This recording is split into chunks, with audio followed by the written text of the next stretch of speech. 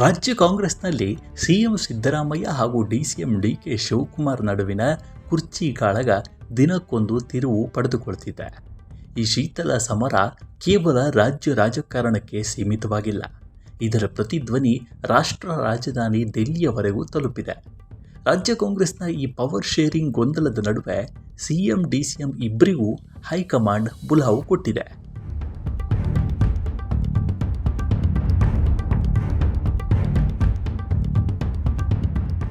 CM Siddaramaiah ಹಾಗೂ DCM DK Shivakumar ಇಬ್ಬರಿಗೂ high command ಬುಲಾವು ನೀಡಿದ್ದು, ಮೇ 26ರ ಮಂಗಳವಾರ ಉಭಯ ನಾಯಕರು ದೆಹಲಿಗೆ ತೆರಳಲಿದ್ದಾರೆ. ಅವತ್ತು ರಾಹುಲ್ ಗಾಂಧಿಯವರನ್ನ ಭೇಟಿಯಾಗಲಿದ್ದು, ಕುರ್ಚಿ ಕದನಕ್ಕೆ ಬ್ರೇಕ್ ಬೀಳುತ್ತಾ ಅನ್ನೋದನ್ನು ಕಾದು ನೋಡಬೇಕಿದೆ.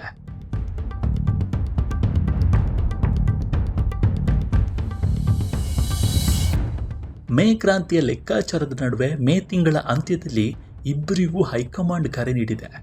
ಇದು ಪವರ್ ಶೇರಿಂಗ್ ಲೆಕ್ಕಾಚಾರವ ಅಥವಾ ನಾಯಕತ್ವ ಬದಲಾವಣೆ ಗೊಂದಲಕ್ಕೆ ಬ್ರೇಕ್ ಹಾಕುವ ಸಭೆನಾ ಅಥವಾ ಇಬ್ಬರನ್ನು ಕರೆದು ಕೂರಿಸಿ ಸ್ಪಷ್ಟ ಸಂದೇಶ ನೀಡುವ ಸಭೆನಾ?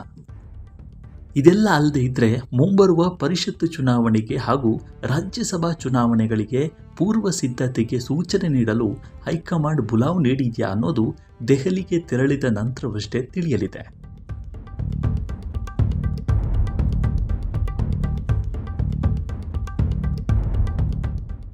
ರಾಜ್ಯ ಕಾಂಗ್ರೆಸ್ ಸರ್ಕಾರಕ್ಕೆ 3 ವರ್ಷ ತುಂಬುತ್ತಿದ್ದಂತೆ ಸಿಎಂ ಬದಲಾವಣೆ ಚರ್ಚೆ ಮತ್ತೆ ಸ್ಫೋಟಗೊಂಡಿದೆ. ಕಳೆದ 1.5 ವರ್ಷದಿಂದ ಡಿಕೆಶಿ ಅದೆಷ್ಟೇ ಪ್ರಯತ್ನ ಪಟ್ಟರೂ ಕೂಡ ಸಿಎಂ ಕುರ್ಚಿ ಪಡೆಯೋಕೆ ಸಾಧ್ಯ ಇಲ್ಲ. ಡಿಕೆಶಿ ಬಂಟರು ಇವತ್ತು ಸಿಎಂ ಆಗ್ತಾರೆ, ನಾಳೆ ಸಿಎಂ ಆಗ್ತಾರೆ ಅಂತ ಹೇಳುತ್ತಲೇ ಬಂದಿದ್ದಾರೆ. ಆದರೆ ಆಸೆ ಮಾತ್ರ ಈಡೇರಿಲ್ಲ.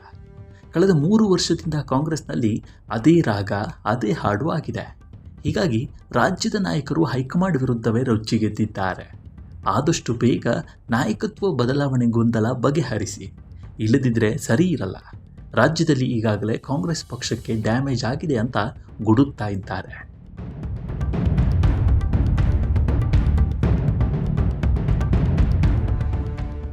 ಆದರೆ ಹೈಕಮಾಂಡ್ ಮಾತ್ರ ನೆಪ ಹೇಳುತ್ತಲೇ ಬಂದಿತ್ತು. ಇದೀಗ ಹೈಕಮಾಂಡ್ ಫೈನಲ್ ತೀರ್ಪು ಕೊಡುವ ಹಂತಕ್ಕೆ ಬಂದಿದೆ.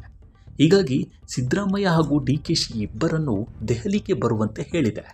ಒಟ್ಟಾರೆ ಸಿಎಂ ಕುರ್ಚಿ ಮುಸುಕಿನ ಗುದ್ದಾಟ ಹಾಗೂ ಸಂಪುಟ ವಿಸ್ತರಣೆಯ ರಾಜಕೀಯ ಪ್ರಹಸನಗಳ ಮಧ್ಯೆ ಇದೀಗ ಮುಖ್ಯಮಂತ್ರಿ ಸಿದ್ದರಾಮಯ್ಯ ಮತ್ತು ಡಿಸಿಎಂ ಡಿಕೆಶಿಗೆ ಹೈಕಮಾಂಡ್ನಿಂದ ಬುಲಾವು ಬಂದಿದೆ. ಮೇಲ್ನೋಟಕ್ಕೆ ರಾಜ್ಯಸಭಾ ಚುನಾವಣೆ ಸಂಬಂಧ ಚರ್ಚಿಸಲು ಈ ಆಹ್ವಾನ ನೀಡಿರಬಹುದು ಅಂತ ಹೇಳಲಾಗ್ತಿದೆ.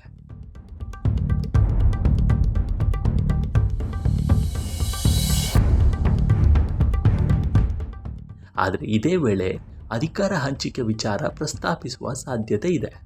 ಸಂಪುಟ ವಿಸ್ತರಣೆ ಹಾಗೂ ನಾಯಕತ್ವ ಬದಲಾವಣೆ ವಿಚಾರವಾಗಿ ನಿರ್ಮಾಣವಾಗಿರುವ ಗೊಂದಲಗಳನ್ನು ಕೇರಳದಲ್ಲಿ ಸರ್ಕಾರ ರಚನೆ ನಂತರ ಗಮನಹರಿಸುವುದಾಗಿ ಹೈಕಮಾಂಡ್ ಹೇಳಿತ್ತು. ಅದರಂತೆ ಇದೀಗ ರಾಜ್ಯದತ್ತ ಚಿತ್ತ ಹರಿಸಿದ್ದು, ಮಂಗಳವಾರ ದೆಹಲಿಗೆ ಬರುವಂತೆ ಸಿಎಂ ಹಾಗೂ ಡಿಸಿಎಂಗೆ ಆಹ್ವಾನ ನೀಡಿದೆ. ಹೀಗಾಗಿ ಈ ಬೆಳವಣಿಗೆ ರಾಜ್ಯ ಕಾಂಗ್ರೆಸ್ನಲ್ಲಿ ಸಂಚಲನವನ್ನು ಮೂಡಿಸಿದೆ.